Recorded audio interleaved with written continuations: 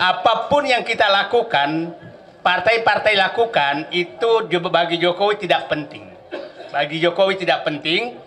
Konsultan politik mereka memberitahu bahwa Pak Jokowi yang penting Bapak punya uang, maka semua dibereskan. Itu asumsi politik dia. Kenapa Jokowi melakukan itu? Karena dia tahu IQ orang-orang Indonesia sekarang yang dibikin oleh dia juga itu tinggal 78 IQ 78. Nah, dia pelihara penerima bansos 120 juta orang. Itu yang tiap 3 bulan menunggu bansos. Dia rusak sistem pendidikan nasional sehingga pendidikan sekarang hanya 60% pendidikan SD ke bawah. Nah, dia tahu struktur sosial seperti itu, maka oligarki lah yang bisa menyelesaikan.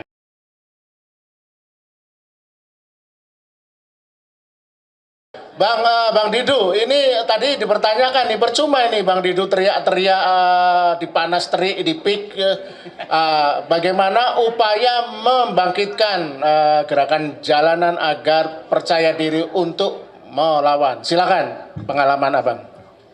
Terima kasih. Assalamualaikum warahmatullahi wabarakatuh. Saya pikir hari ini hari mengambil alih kembali negara yang sudah dikudeta oleh Jokowi dan oligarki.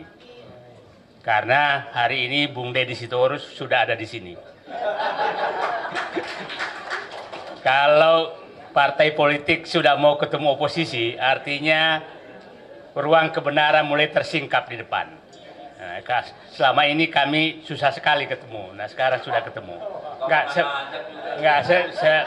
Dalam satu forum yang mengini Jokowi. Nah, saya ingin menjelaskan, Jokowi sebenarnya mengkudeta negeri ini dan mengkudeta partai yang mendukungnya itu bulan November 2015. Di saat itu, saya dengan Pak Sudirman Said membongkar Papa minta saham dan dimarahi karena menyinggung oligarki.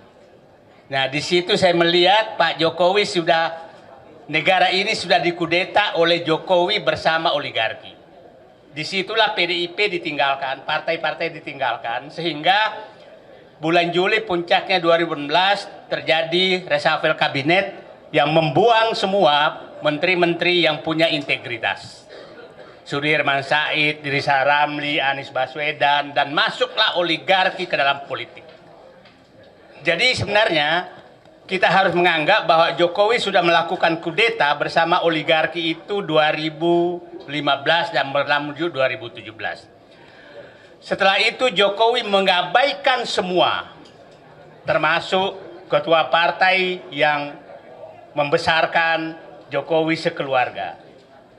Sekeluarga maksudnya semua dibesarkan oleh dia. Nah, jadi kalau sakit hati kita ke Jokowi kira-kira diukur 1 sampai 10, kalau saya 5, Deddy Sitorus artinya 9, 11. Nah, itulah yang terjadi sehingga apapun yang kita lakukan, partai-partai lakukan, itu bagi Jokowi tidak penting. Bagi Jokowi tidak penting. Konsultan politik mereka memberitahu bahwa Pak Jokowi yang penting Bapak punya uang, maka semua dibereskan. Itu asumsi politik dia.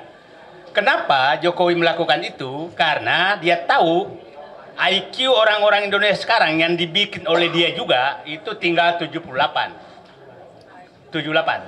IQ 78. Nah, dia pelihara penerima bansos 120 juta orang. Itu yang tiap 3 bulan menunggu bansos. Dia rusak sistem pendidikan nasional sehingga pendidikan sekarang hanya 60% pendidikan SD ke bawah. Nah, dia tahu struktur sosial seperti itu, maka oligarki lah yang bisa menyelesaikan. Tidak butuh dia partai. Dan faktanya memang dilakukan seperti itu terus. Nah, sekarang tapi kita harus tahu, dan dia tahu bahwa partai-partai ini, ya tadi yang Pak Deddy Sitorus katakan, tidak sedikit tokohnya disuruh mengambil mangga tetangga baru dipotret, gitu kan, kira-kira begitu. Nah, baru foto itu yang dipegang, kau mencuri mangga tetangga. Nah, Kira-kira, nah itu yang dilakukan. Jadi, nah saya berharap ini masyarakat harus paham semua. Itulah kenapa kalau bapak-bapak lihat, kenapa saya betul-betul mentitik fokus untuk mengini oligarki. Karena oligarki inilah sebenarnya yang menguasai negara. Nah, siapa yang berkepentingan agar Gibran menjadi presiden? Oligarki. Siapa yang berkepentingan agar Prabowo lemah? Oligarki. Siapa yang berkepentingan sehingga surat perintah 13 Oktober Solo itu terjadi? Itu oligarki. Sehingga berantakan semua. Nah, kita harus ini bahwa apakah Prabowo, jadi saya menyatakan begini, kekuatan Jokowi itu hanya satu, oligarki saja. Kalau ini kita bisa potong, maka dia sudah tidak punya kekuatan apa-apa, karena partainya juga sudah nggak ada. Nah, jadi mohon izin saya fokus bahwa ini oligarki, negara ini harus diambil alih oleh rakyat kembali dari oligarki. Dan ingat, di buku Prabowo sebenarnya yang diperjuangkan itu hanya dua. Dia menyatakan, saya masuk ke politik agar bisa membuat kebijakan untuk mengembalikan kedaulatan rakyat dari oligarki. Itu di bukunya beliau katakan. Paradoks. Yang kedua, menyatakan bahwa agar ekonomi kembali ke rakyat dari penguasaan oligarki. Nah, itu saya pikir yang ini. Jadi kita, kalau Pak Prabowo ini, kita semua dua orang ini mau membantu dia untuk melaksanakan bukunya dia itu, Paradoks Indonesia. Kalau beliau tidak melakukan, maka bisa jadi beliaunya jadi paradoks. Itu kan kita nggak mau. Kalau dia jadi paradoks, maka Gibran jadi presiden, gitu kan. Paradoks Prabowo. Hah? Paradoks Prabowo. Nah, tapi itu saya nggak mau karena Gibran jadi presiden, gitu. Nah, Gibran presiden bertepuk tangan oligarki Pantai Utara Jakarta. Nah, terakhir saya ingin meminta pemahaman kita bagaimana sih oligarki mencengkram negara ini dengan sangat terstruktur. Pra kemerdekaan itu oligarki itu membantu tentara rakyat memberikan makan. Dan ingat, oligarki saat itu bukan etnis yang oligarki sekarang. Saya nggak usah jelaskan supaya jelas. Jadi jangan oligarki sekarang seakan-akan berperan terhadap negara. Pada saat zaman kemerdekaan, oligarki yang etnis sekarang itu sama sekali tidak ada yang membantu tentara rakyat berjuang. Nah, Orde Lama, Bung Karno, itu oligarki yang kaya raya yang menyumbang. Monas, Garuda, itu dari Aceh. Bukan oligarki mereka. Pada saat Pak Harto itu, oligarkinya, kita sebut nama dulu Jimbaran, itu Pak Harto masih melarang mengambil tanah, masih melarang mengambil tambang, boleh berdagang, tapi di luar tidak boleh masuk ke mengambil hak-hak negara dan hak rakyat. Itu tegas, nggak bisa masuk. Nah, setelah reformasi, oligarki ini melakukan kudeta terhadap konstitusi. Dan kita harus paham, amandemen Undang-Undang Dasar 45 itu tidak lepas dari agenda mereka. Itu agenda mereka tuh, sehingga itu gampang sekali diubah. Terus setelah itu masuklah kudeta dia 2015 oleh Jokowi. Nah, saat itu merasa bahwa ini sudah bebas sekali, maka dia ubah undang-undang apapun sesuai dengan dia, termasuk undang-undang Cipta Kerja. Itu dia lakukan. Itu adalah pesanan oligarki. Setelah itu berhasil, udah ada pasang undang-undangnya, maka dia ubah menjadi PSN di mana-mana atas keinginan oligarki. Nah, oligarki saat ini, kalau oligarki pada saat Pak Bung Karno, saya bilang itu di halaman rumah, lempar daging masuk, lempar ayam masuk, itu di luar rumah. Pada saat Pak Harto itu ada di pavilion, nggak boleh masuk ruang utama. Pada saat Jokowi itu dia ngusir penghuninya yang dia ada di dalam dapur mereka. Di dapur mereka. Nah, itulah oligarki, itulah yang Nah, sekarang dia sangat berkepentingan kepada Fufu Fafa berlanjut. Jadi yang kita lawan ini adalah mengambil kembali kudeta negara ini oleh oligarki bersama dinasti Jokowi. Itu yang kita harus ambil alih dan kembalikan kedaulatan kepada rakyat dengan mekanisme yang ada. Nah, itu saya mutar-mutar semua itu yang terjadi. Coba bisa bayangkan. Bulan Juni, itu bulan Juni atau Juli, Juli dulu Jokowi menandatangani, contoh saja bagaimana oligarki.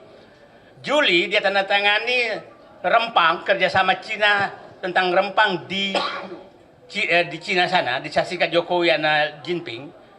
Agustus Menko Perekonomian Airlangga Hartarto yang tanda tangan di sana itu Bahlil. Kita harus mulai sebut nama supaya jangan mereka terus enak aja. Nama kita harus mulai sekarang karena kita harus identifikasi siapa sebenarnya alat-alat oligarki di negeri ini dan berbungkus politik. Airlangga Hartarto Agustus menyatakan menandatangani PSN Rempang. Bahlil langsung menyatakan 22 September Rempang harus kosong. Belanda saja tidak sejahat itu di negeri ini sejak zaman dia menjajah. Kok ada orang jahat begini? Hanya sebulan rakyat harus diusir yang sudah puluhan tahun, ratusan tahun tinggal di situ. Nah, ini betul-betul menurut saya sangat berbahaya bagi bangsa ini. Kita tidak tahu, ini sedang diskusi kita di sini. Tahu-tahu nanti rumah kita sudah ditetapkan dengan PSN, maka kita digusur. Kita tidak tahu. Ya, NJOP-nya tidak. Ini semua sudah di.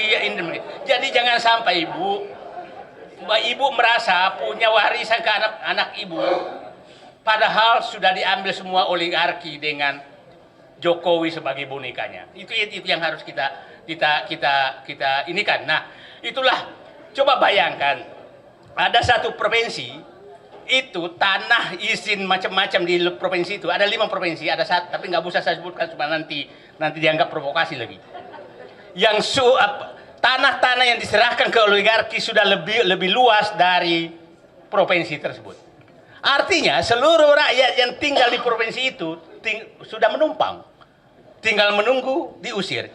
Jadi kalau Fufu-Fafa ini terus jadi dinasti terus, maka ini kita semua menjadi penumpang dan akan diusir oleh mereka. Itu yang harus kita harus ingat semua. Nah, itulah saya pikir. Jadi saya menyatakan Pak Deddy Sitorus, terima kasih. Kami tujuan perjuangan kita sama, melepaskan negeri ini dari kekuasaan dinasti Jokowi bersama oligarki.